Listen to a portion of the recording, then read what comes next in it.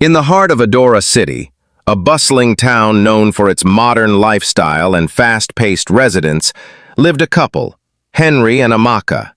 They were madly in love, so engrossed in each other that they sometimes forgot the world around them, including their only daughter, Amanda. Amanda was an intelligent, cheerful 10-year-old who attended Maple Crest Academy, one of the best schools in the city. Though her parents loved her deeply, they often prioritized their romance and personal affairs over her needs. She longed for their attention, but they assumed love was enough without care and presence. One fateful morning, Amanda was getting ready for school. She stood by the door, backpack on, watching her parents giggle on the couch. "Mom, Dad, are we leaving now?" she asked, hoping one of them would take her to school. Henry waved dismissively, kissing Amaka on the cheek. "Sweetheart, can you go alone today? Daddy has a busy day, and Mommy and I have plans later." Amaka nodded. "Yes, darling. You know the way. Be careful." Amanda lowered her head in disappointment. She had been going to school alone for weeks now, but today she had a bad feeling. She sighed and left, not wanting to argue. School went by smoothly, and Amanda, as usual, performed excellently in class. When the final bell rang, she packed her books and waited at the school gate for her parents to pick her up. Her classmate and friend, Blessing, stood beside her, waiting for her own parents. "Are they late again?" Blessing asked. Amanda nodded. "They always are." After 30 minutes, Blessing's parents arrived, smiling warmly. "Sorry we're late, sweetheart," her mother, Mrs. Ade, said. Blessing turned to Amanda.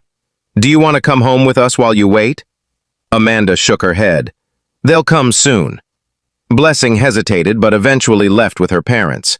Amanda was now the only student left at the gate.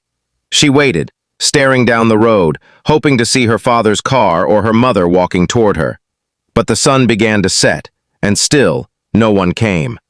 She sighed, tired and hungry. "Maybe they thought the other person would pick me up," she murmured. Determined to get home, she decided to walk. She took the familiar route through Willow Street, but as she walked, fatigue overwhelmed her. She barely noticed when she stepped onto the road without looking. A speeding black SUV appeared from nowhere. The driver, Mr. Desmond, saw the child too late. He slammed the brakes, but Amanda collided with the car's hood before crashing onto the pavement. Desmond's heart pounded as he jumped out of his car. He knelt beside the unconscious girl. "Dear God, please don't let her die." A small crowd gathered, whispering and watching. A Good Samaritan suggested taking her to Graceville Hospital. Desmond didn't hesitate. He carried Amanda into his car and sped to the hospital. Meanwhile, at home, Henry returned from work. He stretched, smiling as he hugged Amaka. "Where's Amanda?" he asked casually. Amaka's smile faded. "Wait, isn't she with you?" Henry's heart dropped. "What do you mean? I thought you picked her up." A terrifying silence filled the room before reality hit them like a ton of bricks. "Oh my God!" Amaka screamed. "We left her at school!" They rushed to Maple Crest Academy, but the school was locked and Amanda was nowhere in sight. Panic set in. Henry ran his hands through his hair, breathing heavily. "We have to call the police," he said. The next morning, the police launched a search. Officers combed through CCTV footage, interviewed teachers, and searched nearby areas. The news spread quickly, and soon the entire city was talking about the missing Maple Crest girl. Henry and Amaka went from house to house, asking Amanda's friends and their parents if they had seen her. Days turned into weeks. Amanda was nowhere to be found. Meanwhile, Amanda regained consciousness at Graceville Hospital, but something was wrong. She stared blankly at Desmond, who had been by her bedside every day. "Do you know your name?" the doctor asked gently. Amanda frowned. No. She didn't know who she was. The head injury had wiped her memories. Desmond sighed.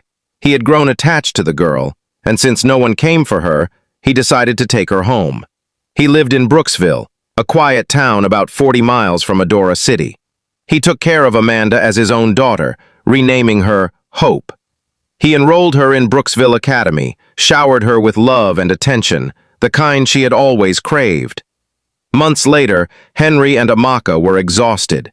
They had done everything possible: posters, radio announcements, even a reward for any information. The police were still searching, but hope was fading. Then, one afternoon, Amaka spotted her. They were stuck in traffic near Victoria Junction when she saw Amanda, no, Hope, sitting in the passenger seat of a car. "Henry! It's her!" she screamed. Henry turned sharply, but before they could react, the traffic moved and Desmond's car disappeared into the distance. 2 weeks later, Henry walked into Top Mart supermarket to pick up some groceries. As he strolled past the shelves, his eyes caught a familiar face. His heart stopped. "Amanda," he gasped. Hope turned, staring blankly at the man. "Do I know you?" Henry's breath hitched.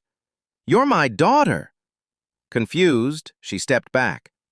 Desmond, who had just joined her, quickly intervened. Henry, desperate, explained everything. Desmond sighed, finally realizing the truth.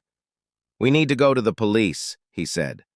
At the police station, Amanda Hope listened to the stories, the photos, the desperate voices of her real parents. But she didn't remember them. "I want to stay with Mr. Desmond," she finally said. Henry and Amaka were devastated. The officers, however, explained that since Amanda was still a minor, she had to be returned to her biological parents. After much discussion, a compromise was reached. She would stay with Henry and Amaka, but could visit Desmond any time. Henry and Amaka worked hard to rebuild their bond with Amanda. They learned to prioritize her, cherishing every moment. One night, as Amaka tucked Amanda into bed, the girl looked up and whispered, "I still don't remember everything, but I think I feel safe again." Amaka's eyes filled with tears. The lesson was clear. Love is not just words. It is care, attention, and presence. They had almost lost their daughter, but fate had given them a second chance.